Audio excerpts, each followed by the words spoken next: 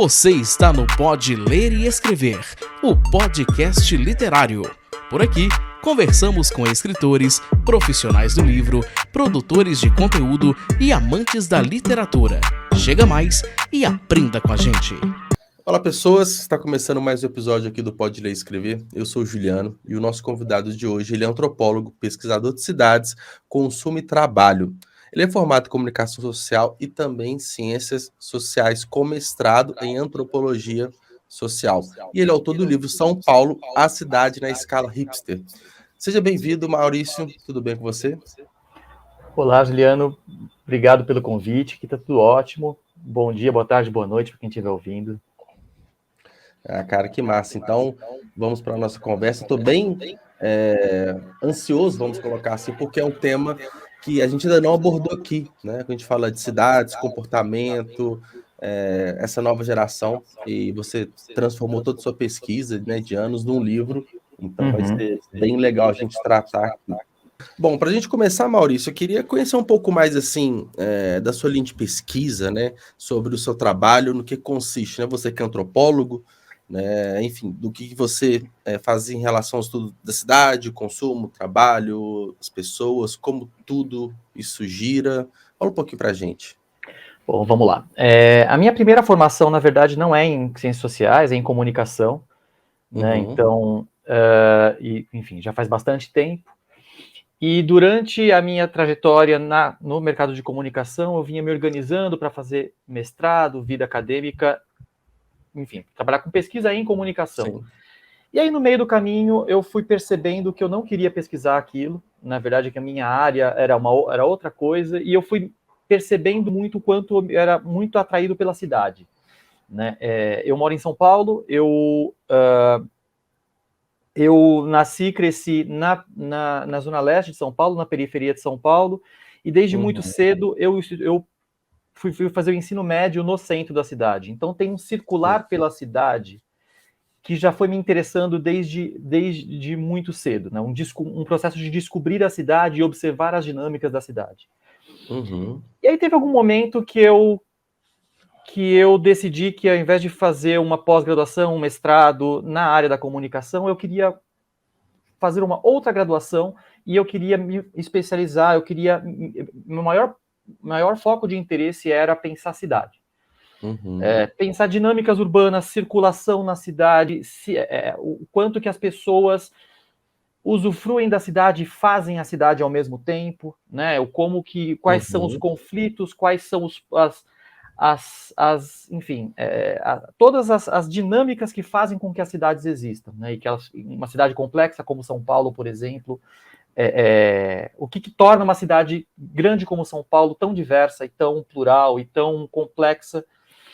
E aí eu fui fazer ciências sociais, e nas ciências sociais eu me interessei muito e me aproximei muito da antropologia urbana, e aí uma coisa levou a outra, e aí eu participando de um grupo de pesquisa, né, que é o grupo de estudos de antropologia urbana da Universidade de São Paulo, surgiu essa proposta de pensar o consumo na cidade.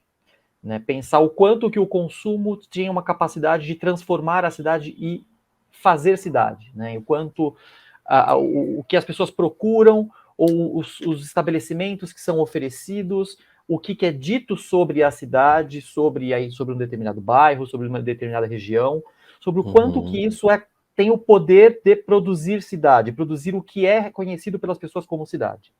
E aí, com isso, surgiu essa pesquisa que virou esse livro, que ela partiu de uma observação de um fenômeno que, para quem é de São Paulo, provavelmente vai reconhecer, né? Quem estiver ouvindo que seja de São Paulo, mas acho que muita gente também já ouviu falar desse movimento dos Santa Cecílias, né? Que acabou ganhando esse apelido. Sim. Que enfim, Santa Cecília, Vila Buarque, República, Consolação, são bairros da região central de São Paulo, que mais ou menos de 2010 para cá, mais ou menos, um pouquinho depois, vem se tornando uma região muito atrativa para um perfil muito específico de pessoas, né? Que são os hipsters, né? Que são pessoas, em geral, mais jovens, em geral, em geral mais jovens, em geral mais progressistas, que têm um interesse em estar no centro da cidade. E aí, a partir disso, surgiu eu fui costurando essa pesquisa, que era pensar como que o surgimento desse movimento hipster, o que isso diz sobre São Paulo e o que diz sobre a cidade e que questões que isso traz. Interessante. E bom, você até caracterizou um pouco o hipster, né? Mas pela sua pesquisa, o que motivou esse público, né, a ir para Santa Cecília, Consolação e outras regiões? Né? Qual que foi o atrativo? O que mudou nesses bairros, nessas regiões, para atrair esse público? Isso é bem curioso, né? Porque, na verdade, essa região em específico, né? A gente fala, o centro de São Paulo está gourmetizando, está hipsterizando, está gentrificando. Sim. São várias palavras, são vários conceitos, né? Está mudando, né? E cada um determina... Existe uma percepção de que está mudando. Essa percepção, na verdade, tem uma curiosidade, que é São Paulo, né? O padrão de ocupação do solo em São Paulo, né? São Paulo, que é uma cidade que cresceu muito rápido, que, enfim, o primeiro 1 milhão de habitantes em São Paulo foi na década de 40 do século passado. Quer dizer, imagino que um crescimento também muito desordenado, muitas das vezes. Exatamente, né? Exatamente. É uma cidade que 100 anos atrás não tinha 1 milhão de habitantes. Né, uma cidade que se verticalizou muito rápido, que cresceu muito rápido, se industrializou muito rápido, que na verdade ela passou a existir muito rápido, né? Porque no final do século XIX era um vilarejo, era uma cidade muito pequena. E existe um padrão, se você for olhar os deslocamentos, né, para onde que a cidade vai crescendo e para onde que as elites vão se movimentando, né, as elites que estavam no centro de São Paulo, porque a cidade se resumia ao centro, e depois surgiram movimentos, né, das elites de se segregarem. Vamos ficar num bairro mais encastelado, mais fechado entre nós, sem a mistura com a diversidade da população. E você pode reparar que, em São Paulo, esse movimento foi indo cada vez mais para mais longe do centro. Então, primeiro a região do Higienópolis, Santa Cecília, Campos Elíseos, depois a região da Avenida Paulista, depois a região dos Jardins, depois a região do Itaim, Morumbi, né? É o que vários pesquisadores falam que é o deslocamento das elites no sentido do eixo sudoeste da cidade. Então, a gente tem, nas últimas décadas, essa imagem de que o centro vai ficando cada vez mais popular e que o centro vai ficando cada vez mais perigoso ou cada vez mais... muita gente não tem nem ideia de que tem muita gente que mora no centro, né?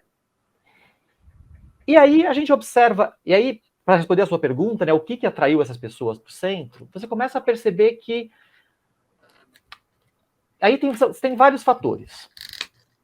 Né? Um primeiro fator é que existe, nos últimos 20 anos, existe um repertório global cada vez maior, principalmente entre pessoas mais progressistas e mais sintonizadas com o que acontece em grandes metrópoles no mundo inteiro, de que existe um valor em estar no centro da cidade. Existe um valor em não ter carro, existe um valor em fazer as coisas a pé ou de bicicleta, existe um valor em não estar dentro daquela lógica do condomínio fechado e estar muito mais próximo dos espaços de lazer, de espaços de cultura que você frequenta, do transporte público e tudo mais. É uma questão do coletivismo muito maior, né? Uma preocupação maior com o outro, talvez, né? Porque, o que você falou mais cedo, talvez o centro tenha ficado desinteressante para as elites, tanto é que ela vai para alguns extremos, né? Então, esse público, ele voltando ao centro,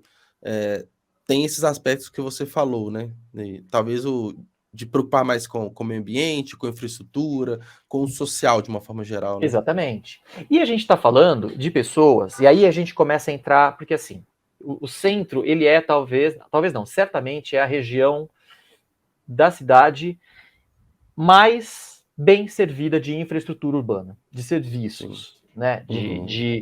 Desde transporte, né, como metrô, comércio, terminais de ônibus, né? Comércio, até, enfim, você vê que é uma região que está é a região mais bem consolidada, até nos serviços mais básicos, como energia elétrica, internet, fibra ótica, enfim. Saneamento, tudo. Saneamento, né? É onde você não tem, enfim, é onde a infraestrutura está mais bem estabelecida, mais bem consolidada. Sim. O fato, e aí aqui em São Paulo, né, pensando nos últimos anos, tem algumas coisas que aconteceram que fizeram com que o centro ficasse ainda mais atrativo. Por exemplo, a inauguração de uma linha nova de metrô, que é a linha amarela, Sim. que já não é tão nova assim, né, mas ela é recente, é do final dos anos 2000, as primeiras estações. É uma linha que conecta justamente esse eixo sudoeste que a gente está falando, né, que sai do centro e vai sentido Morumbi, né, passando por bairros importantes como Pinheiros, passando pela Faria Lima, passando pelo Butantã, onde está a Universidade de São Paulo. É uma linha bastante estratégica que conecta justamente essa região que eu estou falando, que é a região da República, Consolação, Santa Cecília, Vila Buarque. Tem o recente, assim, já não é tão recente assim, né, mas o próprio surgimento da Rua do movimento da Rua Augusta, né, que no começo até o começo dos anos 2000, a Rua Augusta, o trecho central, né, o trecho da entre a Avenida Paulista e o centro, não era reconhecido como um espaço de lazer. Quer dizer, era reconhecido como um espaço de prostituição à noite e tudo mais, mas não como um ponto de jovens irem tomar cerveja, ir para balada. Isso foi acontecendo de meados de 2004, 2005 para cá. Isso foi se consolidando. Isso se juntou com a reforma da Praça Roosevelt, que também é um ponto que era um espaço que tinha muitos problemas, né? A construção antiga da Praça Roosevelt, que foi demolida e foi reconfigurada, e virou um grande ponto de sociabilidade jovem no centro. Ou seja, nos últimos anos aconteceram, e aí dá para juntar com isso a discussão sobre o Minhocão, né? Se vira parque, se demole, aí tem vários coletivos se apropriando do Minhocão, reivindicando o status de parque. Você tem o Parque Augusta sendo reivindicado também como parque e não como um espaço para a construção de novas torres, novos prédios. Quer dizer, existe uma observação do que está acontecendo no mundo, né? Isso que você falou, dessa coisa mais de reconhecer que estar na cidade é estar num espaço em comum, não é enclausurado num condomínio fechado. Diga. Não, que me veio uma ideia aqui que há sempre uma fagulha, né? Seja uma reforma de uma praça, de uma revitalização de uma região, que pode fazer com que essa região ela seja ressignificada para um novo uso, né? Você deu o exemplo da Augusta, né? Eu, por exemplo, sou daqui de Belo Horizonte, inclusive a forma que você está explicando, eu não conheço tão bem São Paulo, tá ficando claro para mim, né? E acaba que o que chega para mim, ou quem é de fora de São Paulo, é que às vezes a Augusta era muito para prostituição mesmo, mas hoje tem clubes de comédia, tem bares, tem outros tipos de estabelecimentos, então há sempre uma fagulha, seja de infraestrutura, ou seja de um movimento de pessoas que por determinado motivo passa a usar e usufruir daquela região. É por aí também. Tem que ter essa fagulha, essa justificativa para uma ressignificação do lugar? Às vezes a justificativa ela vem a posteriori, né? Às vezes ela vem depois. A coisa está acontecendo, a gente não consegue tatear direito, dar um nome, aí quando observa o negócio já aconteceu. Né? Ou já tá em curso, né? Mas quase sempre tem, na verdade, neste caso da pesquisa, não é nem um fator, mas vários fatores. Né? Tem essa discussão, né? Esses novos espaços, esses novos serviços, que se somam a uma rede enorme de espaços e serviços que já existiam, com uma infraestrutura que já estava estabelecida, numa região. E aí isso é interessante, que eu fui pesquisar também um pouco histórico, e aí eu acabei fazendo um recorte e privilegiando o bairro da Vila Buarque. A Vila Buarque é um bairro pequenininho que fica no meio do bairro do Higienópolis, que é um bairro de elite até hoje, um dos bairros mais ricos de São Paulo, da Santa Cecília, que tem características mais ou menos parecidas com o da Vila Buarque, fica no meio, tá do lado da República, que é muito mais centro mesmo, né? Prédios comerciais, Praça da República, tem uma coisa muito mais voraz, né? Do movimento das pessoas na cidade, Consolação, que é um bairro que está conectando a República com a Avenida Paulista. Quer dizer, a Vila Buarque é um bairro que está no meio de todos esses e acaba tendo um pouco de características de cada um desses outros. Então, na minha pesquisa, eu acabei fazendo esse recorte de pesquisar especificamente a Vila Buarque, primeiro por uma questão metodológica, né? Não seria possível fazer a pesquisa que eu queria fazer em todos esses bairros, e segundo, porque eu conseguiria enxergar características dos outros ali. E o curioso é que eu fui pesquisar a história do bairro, né? E fui olhar um pouco mais a fundo, e o bairro já sempre teve um pouco essa vocação do que está acontecendo hoje. Porque o que acontece na Vila Buarque, que eu chamo de hipsterização, né, de atrair esses públicos, é porque não só as pessoas estão querendo morar ali, porque é uma região muito bem servida, mas que proporcionalmente é mais barata do que o Higienópolis, é mais barata do que a região da Avenida Paulista, dos Jardins, mas dá uma sensação de segurança maior do que em outros bairros centrais, como a Santa Efigênia, que é ali do lado também, ou no Brás, Parque Dom Pedro. Quer dizer, existem outros bairros centrais que não são tão atraentes como essa região.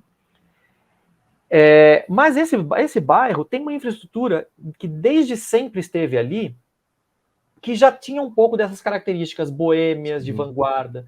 É um bairro que tem a primeira faculdade de arquitetura do estado de São Paulo, fica ali, que é o Mackenzie. Sim. Logo depois, como fica na beirada do Higienópolis, né, as elites que construíram o Higienópolis começaram a instalar em volta do bairro comércio, serviços, faculdades, espaços culturais, para meio que ter isso perto do bairro onde eles moram, mas não dentro do bairro onde eles moram, para restringir a circulação de quem é de fora até ali. Dali as pessoas não passam. Então acaba criando uma barreira invisível aí de segregação. Mas por isso, acabou tendo ali a Faculdade de Arquitetura e Urbanismo da USP. Não nasceu ali, mas logo depois que nasceu, ela foi transferida para ali. A Faculdade de Filosofia, a Faculdade de Economia, várias unidades. Você tem a Universidade Mackenzie, que eu já mencionei, a Faculdade de Medicina da Santa Casa, a Escola da Cidade, que é uma escola importante de arquitetura, também fica por ali. Aí você tem teatros, tem o Teatro do Sesc Consolação, que por muito tempo era a sala de teatro mais moderna de São Paulo, fica ali. Você tem uma série de equipamentos concentrados ali, que fazem com que aquela região, por volta dos anos 60, fosse apelidada como Quartier Latam paulistano.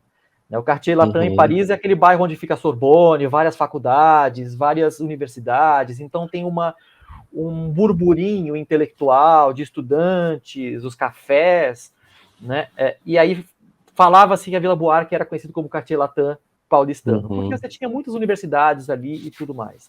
Aí nos anos 70 teve a Batalha da Maria Antônia, teve a construção do campus da USP no Butantã, e várias dessas unidades saíram dali e foram deslocadas para o Butantã, que é bem mais longe. Sim. Mas ainda assim o bairro permaneceu com várias universidades, permanece sendo um bairro de referência para arquitetos, por exemplo. O Instituto dos Arquitetos do Brasil, a sede de São Paulo, é lá. O Sindicato dos Arquitetos fica ali. Tem vários escritórios de arquitetura que ficam ali. Lojas, serviços voltados para esse público ficam ali. Ou seja, tem uma vocação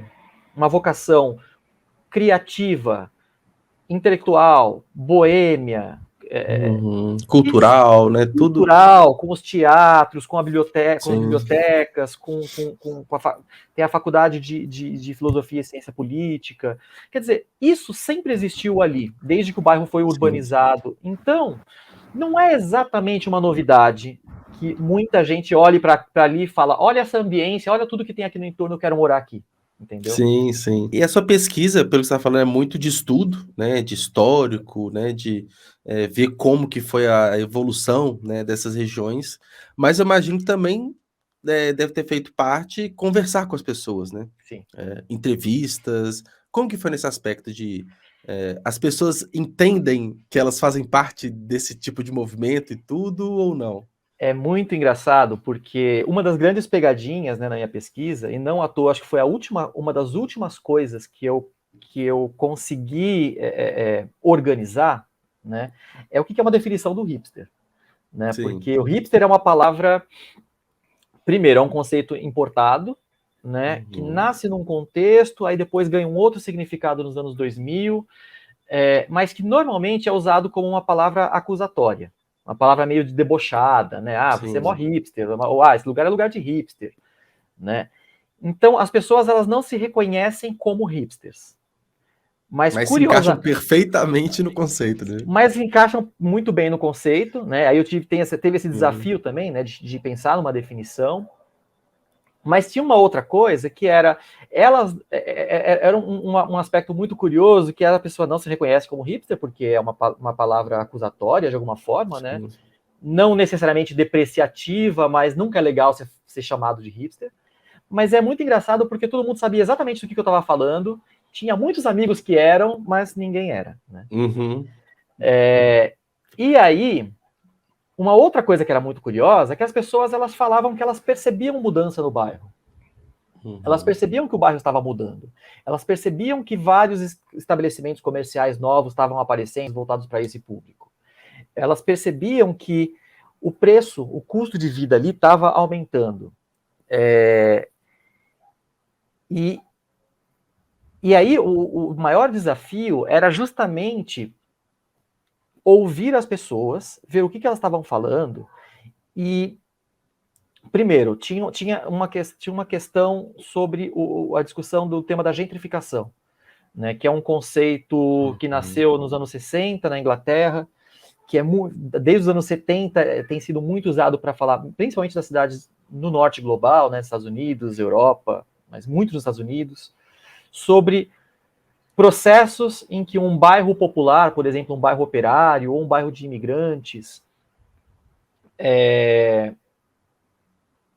entra em decadência, né? O bairro fica difícil de morar, ou as indústrias que estavam ali vão embora, as pessoas ficam numa situação de vulnerabilidade, mas são bairros muito bem localizados, com boa infraestrutura, com bons imóveis, com boa arquitetura, com uma vizinhança interessante, e que aí um público de mais alta renda, né? E aí, né, se fosse fazer um paralelo, que é um paralelo que não dá muito para fazer, né? Não dá muito para comparar exatamente a estrutura de social de diferentes lugares. Mas nos Estados Unidos, por exemplo, eram os filhos da geração que se mudou para os subúrbios, que se mudou para fora da cidade, buscando uma segregação maior, né? Mas morar naquelas casas com jardim enorme e todas iguais, né? Com muito pouca diversidade. Os filhos dessas famílias retornam para o centro porque tem uma mudança no perfil do mercado de trabalho, e aí é uma longa história também, mas eles voltam para o centro e eles se interessam, olha, isso aqui é interessante, essa região aqui eu quero. E as pessoas têm muito mais poder aquisitivo, elas chegam, elas compram ou alugam por um aluguel muito mais alto, e quem morava nesses bairros são obrigadas a sair. Isso também, assim como a discussão sobre estar na cidade e querer estar na cidade, e se reconhecer e reconhecer o valor de estar no centro, isso ter crescido nas últimas décadas, o inverso disso também circulou bastante. Né? Essa reflexão, essa discussão de se esse bairro está mudando, se o custo de vida está aumentando, isso está gentrificando. E aí vira uma caça às bruxas, né? De quem é a culpa por isso? O que está acontecendo? O que pode ser feito para barrar isso?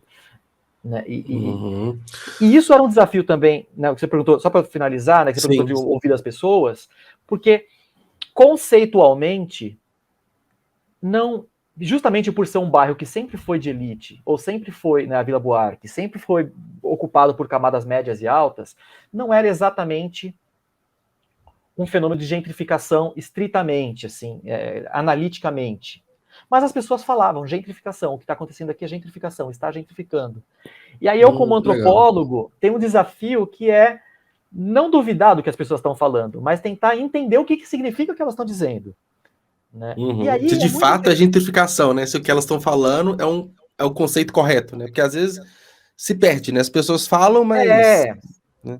E tem aquela coisa, né? Quando uma palavra explica muitas coisas, ela acaba não explicando nada, né? Sim. E não é estrito, não, na minha leitura, não é estritamente gentrificação o que acontece ali, mas as pessoas percebem que tem algo acontecendo e que elas dão esse nome. Tanto que eu até coloco, né? O título do livro tá gentrificação entre aspas, que eu faço uma distinção entre o que é gentrification em inglês, que é o conceito original, né, o conceito analítico, e gentrificação, que é a versão aportuguesada e apropriada pelas pessoas para dar um nome para aquele fenômeno que elas estão observando, que é o que eu chamo de hipsterização. Né? Diga. Não, eu tô assim, formulando aqui na cabeça que aqui em Belo Horizonte, né, onde eu tô, tem um exemplo muito claro, né, de hipsterização, que aqui a gente tem 2 mercados, né? Aquele mercado da cidade, que é o mercado central e o mercado novo. Eles são assim, separados por 2 ruas, eles são muito próximos. E o mercado novo, ele na verdade tem décadas, né? Ele é muito antigo. E ao contrário do mercado central, que ele é super turístico, né? Todo mundo que vem para cá vai para o mercado central como um dos pontos. Ele ficou bastante abandonado, o mercado novo. Ficou muito abandonado. Ficava basicamente com alguns comércios locais, sacolões e tal, mas é um prédio gigantesco, de um quarteirão inteiro, vários andares, abandonado, super abandonado. Mas, assim, de uns 3 anos antes da pandemia, uns 3, 4 anos, começou um movimento de, vamos colocar assim, de ocupação desse mercado, com cozinhas, cervejarias, também estava em alta, né, cervejarias artesanais, né, e pequenos comércios da cultura, né, mineira. Aí começou com uma lojinha, com outra, e hoje, assim, são 3 andares super ocupados, e quando você fala do público hipster, é o público que frequenta o mercado novo. E assim, lotado sempre, então você tem barbearias, né, que são barbearias clássicas, você tem lugares que vão vender os queijos, os doces de leite, né, as geleias, né, toda a culinária mineira, cachaçarias, então assim, é super cheio, super frequentado, com diversos tipos de públicos, mas a gente vê muito, como você falou, né, o jovem progressista, que tem, na minha cabeça, imagino que na sua, com certeza, a gente já tem essa figura imagética na cabeça que é esse público, né? Então, para mim foi muito claro, né? Que é um prédio, né? Um estabelecimento, mas que representa muito bem o que é essa hipsterização. Né? Então, locais, e é bem aqui no centro da cidade, né? Que ninguém dava nada, mas tem uma ressignificação e dá um novo uso, né? Ou seja, reviveu um lugar abandonado. Achei super, super coerente. Eu imaginei que na minha realidade, uma cidade bem menor, mas que tem um exemplo muito claro de que isso também aconteceu. E eu acompanhei esse movimento meio de longe justamente por isso, né? Porque é esse fenômeno que ele não é à toa que ele aconteça ao mesmo tempo em vários lugares, de alguma forma ou de outra, porque é quase como uma inspiração por contágio, né? Quase que assim, eu vi. E tem uma coisa que é interessante, né? Porque eu não visitei, faz tempo que eu não vou para BH, inclusive, mas eu não visitei eu não visitei esse mercado novo, eu vi algumas imagens e tudo, mas eu consigo imaginar a estética. Eu consigo imaginar que tem uma questão estética no que está sendo colocado ali. E essa questão estética, repara, né? Estou supondo e você me confirma, né? Possivelmente ela é feita por pessoas e para pessoas mais ou menos do mesmo perfil cultural, mesmo repertório, mesma visão de estética, os mesmos gostos, mesmas referências, né? Então tem uma coisa que, enfim, pelo menos pelo que eu observei muito aqui em São Paulo, né? E eu percebi isso em outros lugares também, como é central essa coisa de existe uma coisa estética, existe uma coisa criativa, então não é qualquer queijo, não é qualquer cerveja, não é qualquer café, não é qualquer barbearia, né? Tem sempre um discurso de distinção, e é uma distinção que não é distinção porque é mais caro. Acaba sendo mais caro, mas não é esse o principal ponto. O principal ponto é porque isso é artesanal, isso é feito à mão, isso é feito por artistas do coletivo XYZ, isso é feito com agricultura familiar e o produtor de não sei da onde. né? Eu estou colocando os melhores ingredientes nisso. Não é caro porque é caro. É caro exatamente. porque tem um discurso. Tanto é que para alugar lá, assim, de curioso, né? Um tempo atrás eu perguntei, tem todo um processo ali de para locação, assim, qual que é o seu comércio, né? Qual que é a origem? O que você vende? É da onde? Geralmente é isso, ou é uma agricultura familiar, igual você falou, eles estão torrando e moendo o café lá que é produzido aqui no interior aqui de Minas Gerais. Então tem todo um aspecto de resgatar e de mostrar a cultura local. Então tem diversas lojas que vendendo itens e, enfim, souvenirs que seja, mas que representam Belo Horizonte e Minas Gerais. É exatamente isso. E isso que você está dizendo, olha como é interessante, porque muitas das críticas, eu acho que são as críticas mais superficiais, eu acho, né? A hipsterização em todos os lugares no mundo é que eles pasteurizam tudo onde eles botam a mão. Gourmetizam, né? Torna premium, caro. Né? E é uma coisa do tipo, se você olha no Pinterest lá, você digita coffee shop no Pinterest, você não sabe se aquilo que você está vendo fica em Belo Horizonte, em Nova York, em São Paulo, Estocolmo ou em Seul. Né? Até certo ponto eu entendo, porque você está falando de uma mesma geração conectada, que circula também mais, que viaja mais, porque viajar ficou mais acessível nos últimos, 20 anos. Sim. Então, alguém que tem a possibilidade de viajar, a circular e trocar esse repertório, mas que também está trocando isso pela internet. Sim. Mas, ao mesmo tempo, existe sempre, mesmo toda vez que existe uma tradução, existe uma adaptação. Existe uma criação nesse processo. Né? Então, quando você cria um mercado novo no centro de BH, tem essa coisa de estetizar, de criar uma narrativa, um discurso, uma história sobre esses produtos, mas, ao mesmo tempo, está muito ligado com o DNA do que é a cultura mineira. Né? Fala queijo, café... É inspiração, você se inspira e coloca o seu tempero, né? Exato. Né? E aí sempre tem esse remix, que é um remix muito criativo, porque a gente está falando de pessoas que, em geral, vêm de um background criativo. Sim. A gente brinca muito aqui em São Paulo que tem essa piada do chão de taco e samambaia pendurada na parede. Sim. Né? Que é justamente essa coisa de você estar se mudando para um bairro central, com imóveis antigos, em que o chão é de taco, e você assume isso como parte da estética do morar no centro, no imóvel antigo com chão de taco, aí você vai, pendura a samambaia e você passa o café na meia, sabe? Sei lá, tô exagerando, mas ou talvez não.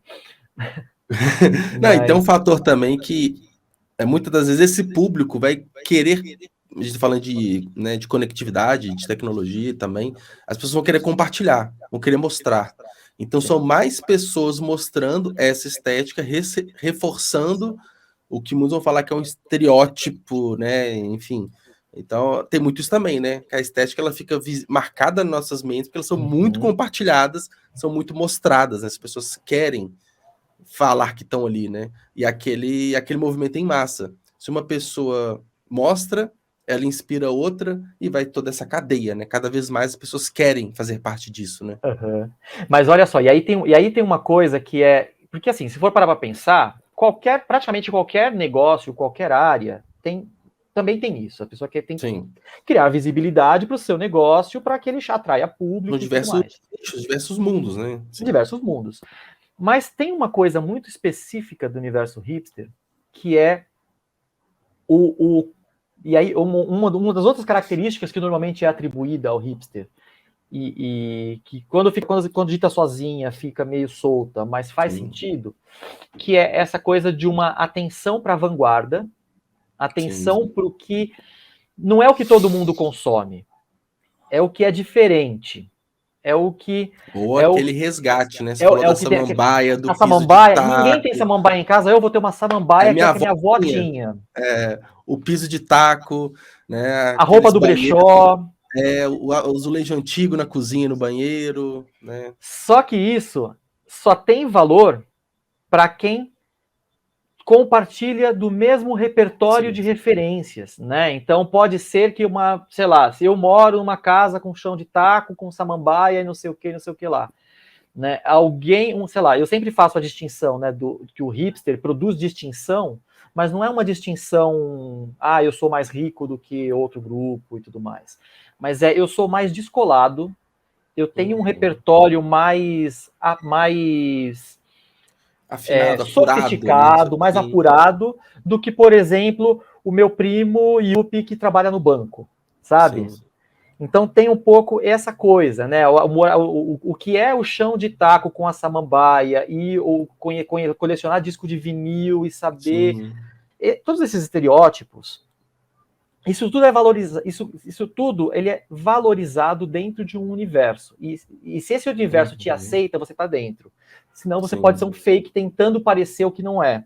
Então tem esse limiar que ele é muito interessante, porque é isso que o hipsterismo, né, essa coisa do movimento hipster, não é um movimento porque ele não se assume como tal, mas esse fenômeno, ele se define muito por esses códigos não ditos. Só quem entende. Quem entende está no mesmo clubinho que eu. Quem conhece aquele lugar, aquela portinha, aquele bar minúsculo, no meio de não sei onde, e que conhece os códigos, está entre os meus, né? Então aí tem uma coisa de ser validado pelos pares.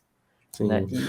E isso acontece com qualquer movimento, né? Qualquer fenômeno, né? Então a gente vê décadas atrás, o movimento punk, por exemplo, né? Que, enfim, tem toda uma característica, comportamentos, vestimentas, preferências.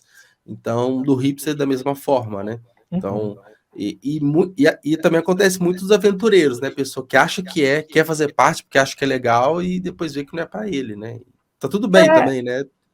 E aí tem uma coisa que é muito interessante, porque o hipster ele está produzindo, e aí quando eu falo de produzir cidade, tem um produzir imagem também, tem um produzir estética, porque a gente está falando de pessoas com não só com alto referencial, né, com alto repertório para poder... Mas a gente está falando de pessoas que majoritariamente vêm de áreas criativas, como comunicação, design, arquitetura, artes, ou mesmo que não venha, mas que tem isso no DNA, tem isso no seu círculo de sociabilidade. Então a gente está falando de pessoas que têm um poder de projeção, né? Alguém que, sei lá, o jornalista que saiu da redação para abrir um café, mas ele traz, ele traz o seu círculo de sociabilidade junto com ele para consumir no café que ele frequenta, e é um círculo de sociabilidade que vai fazer um boca a boca, que vai divulgar, que vai expandir isso. Né? Você está falando do arquiteto que saiu da arquitetura para criar o seu próprio negócio, mas que vai trazer os seus pares que vão valorizar esteticamente aquilo que ele está propondo e que vai passar isso adiante. Quer dizer, tem uma capacidade de produzir imagem. E aí o mais interessante é quando a gente pega alguns fenômenos que extrapolam o universo hipster. O universo hipster ele tenta se distinguir do mainstream, né, do que é padrão. Então não é qualquer café, é um café especial, uma torra X, Y, Z, produzido não sei onde, não sei de que, enfim, produzido em não sei qual método de extração. É uma cerveja artesanal. Tem sempre uma coisa que não é qualquer cerveja, não é qualquer café, não é qualquer loja de plantas, não é qualquer loja de decoração. Mesmo que quando você olha no acumulado, você tem, sei lá, 8 cafés, mais ou menos, com as mesmas características, na mesma região. Mas eles se distinguem do resto da cidade. Só que aí, isso começa a criar um espraiamento, porque outros cafés, já voltados para um público mais amplo, não é para um público tão seleto, tão específico, começam a repetir alguns desses traços.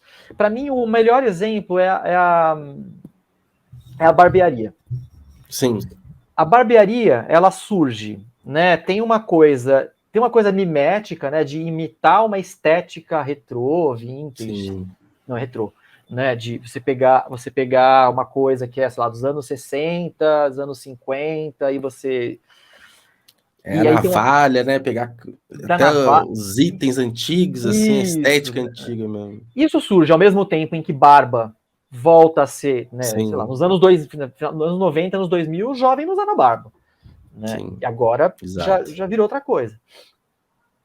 Tem uma coisa da moda, né, da tendência de moda, tendência estética. Isso cria uma demanda por barbearias jovens, né, porque os barbeiros que trabalhavam nos anos 80, 90 estão todos velhinhos, né, então existe uma renovação geracional aí. Tem uma estética que vai sendo colocada, né, o jovem não vai naquela barbearia, quer dizer, ela vai talvez num que simule a barbearia antiga, mas não vai naquela ele não vai naquela tradicional que o barbeiro usa o jaleco branco, né? Exatamente. E vai naquela que já tá usando um colete, né? Com aquela estética quase que inglesa, né? Assim, exatamente. Só que é muito engraçado porque isso começa num movimento meio hipster e tudo mais, mas isso se massifica muito rápido. E aí começa a se reproduzir em muitos lugares. Eu reparo, por exemplo, aqui na zona leste de São Paulo, na periferia, perto de onde os meus pais moram, uma barbearia do lado de uma loja de conveniência, dentro de um posto de gasolina, né? Então, assim, nada glamourizado, nada coisa assim. Mas, assim, reproduzindo de alguma maneira esses repertórios, né? Que vão se multiplicando. E eu lembro, assim, de ter visto, eu tenho fotos, tem um artigo que eu quero terminar ainda sobre isso. Tem uma foto de uma cidadezinha na divisa de São Paulo e Minas Gerais, assim, na beira no final da zona urbana, uma barbearia com alguns traços de barbearia hipster. Sim.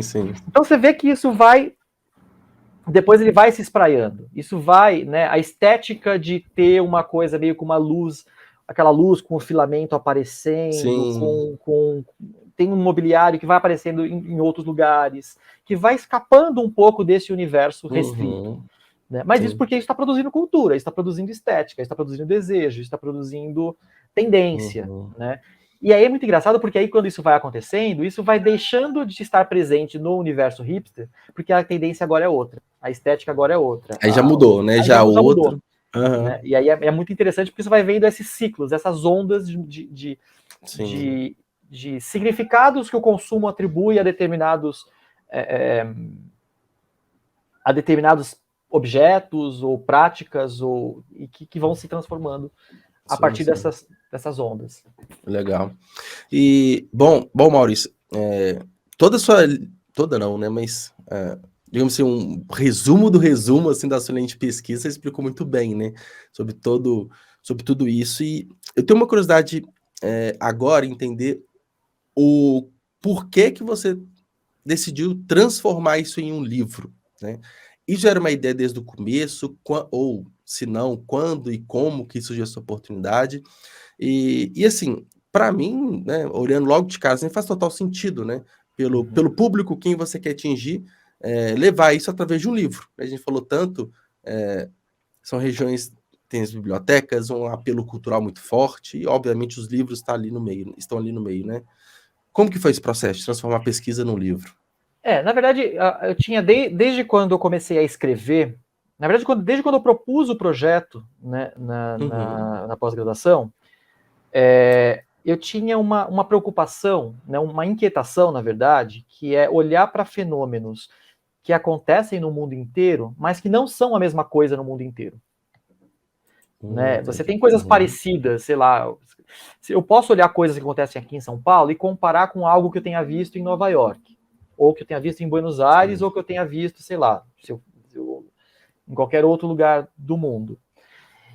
Dizer que é parecido é uma coisa. Dizer que é o mesmo fenômeno e que os efeitos são os mesmos é completamente outra coisa. E aí uma coisa que eu tinha percebido, né, é que muito do debate urbano que a gente tem, e é um debate que acontece na academia, mas que acontece fora da academia também. Né? E aí, quando eu estou falando desse universo de pessoas que estão olhando para a cidade e pensando na cidade, né? Não só vivendo a cidade na sua dinâmica cotidiana, mas questionando, escolhendo onde estar e por que estar nesses lugares e tudo, eu percebia que existia um debate muito orientado por categorias e conceitos, principalmente dos estudos urbanos dos Estados Unidos.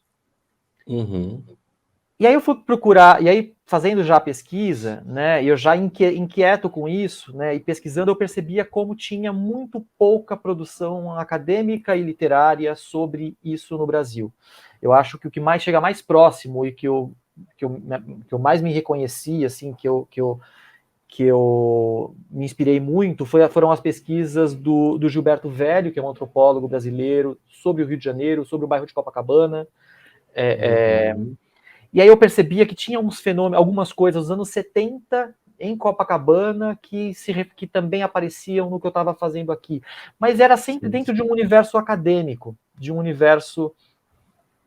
Né? Então eu tinha uma coisa que era, eu tentava, claro, fazer uma pesquisa acadêmica, uma pesquisa antropológica, mas desde o começo eu tentava fazer uma escrita que não ficasse fechada dentro daquele jargão universitário. Dentro da academia. Aquela a ideia era expandir além da academia mesmo. Então, né? a escrita, eu já fui pensando, né, mesmo que não virasse livro, né, eu já fui pensando que, assim, eu quero que isso aqui esteja numa linguagem ou num formato, ou que tenha uma condução que não seja só para quem já conhece São Paulo, que não seja só para quem já conhece os autores com quem eu estou falando, que para quem já conhece esses conceitos. Então, desde o começo, já tinha um pouco essa vontade de que essa pesquisa contribuísse um pouco, de alguma forma, com esse debate, para além daquilo que se debate dentro da academia. Sim. Né? E aí depois eu terminei, né? E quando você termina uma dissertação, uma pesquisa, né? Fica lá quase 3 anos pesquisando isso. Chega uma hora que você não quer mais olhar para a cara disso, né? Fiquei um tempo. A banca tinha recomendado a publicação, né? Legal. A banca tinha recomendado, mas aí eu falei, não quero. Fiquei um tempo sem pensar nisso, aí logo depois veio pandemia, enfim, toda aquela confusão. E aí no meio do caminho, a editora Telha entrou em contato porque eu tinha dado uma entrevista sobre essa pesquisa em outros lugares, e aí ele entrou em contato e falou, tem interesse em publicar? Né? E aí vamos pensar, porque é um tema contemporâneo que nos interessa. Sim.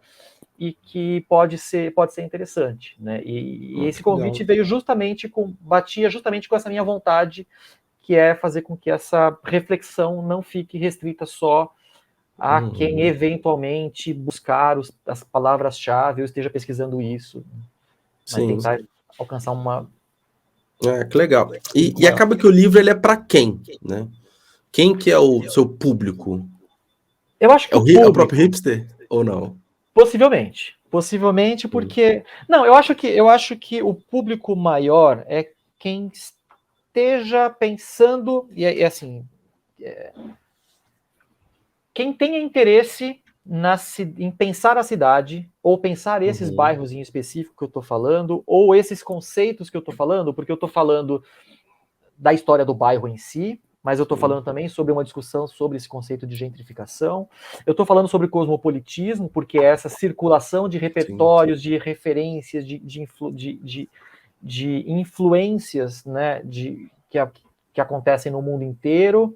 Eu estou falando sobre mercado de trabalho, porque quando surgem muitos desses empreendimentos, desses estabelecimentos, dessas lojinhas, desses cafés, são pessoas que vêm justamente dessas carreiras criativas, mas que decidem em algum momento dar uma virada. Cansei de trabalhar numa redação de um jornal, ou de uma agência de publicidade, ou no escritório de arquitetura, e eu vou abrir uma loja de plantas, sei lá. Né? E aí isso revela muito também sobre o mercado de trabalho. Tem uma questão de precariedade desse mercado criativo, que não é a mesma precariedade, óbvio, de quem está trabalhando para fazer entrega por aplicativo, por exemplo, mas é uma precariedade dentro de uma outra camada social, mas ainda assim precário. Né? E eu estou falando de vários temas que se conectam por meio desse conceito da hipsterização. Né? Então, o público é quem tiver curiosidade ou de alguma forma se reconheça, se envolva nesse universo que eu estou falando. Né? Seja porque está circulando na livraria hipster e viu o livro e se reconheceu ali, né? Mas seja porque está pesquisando, porque se interessa por pensar um pouco mais esses assuntos. A ideia é ser um começo de conversa.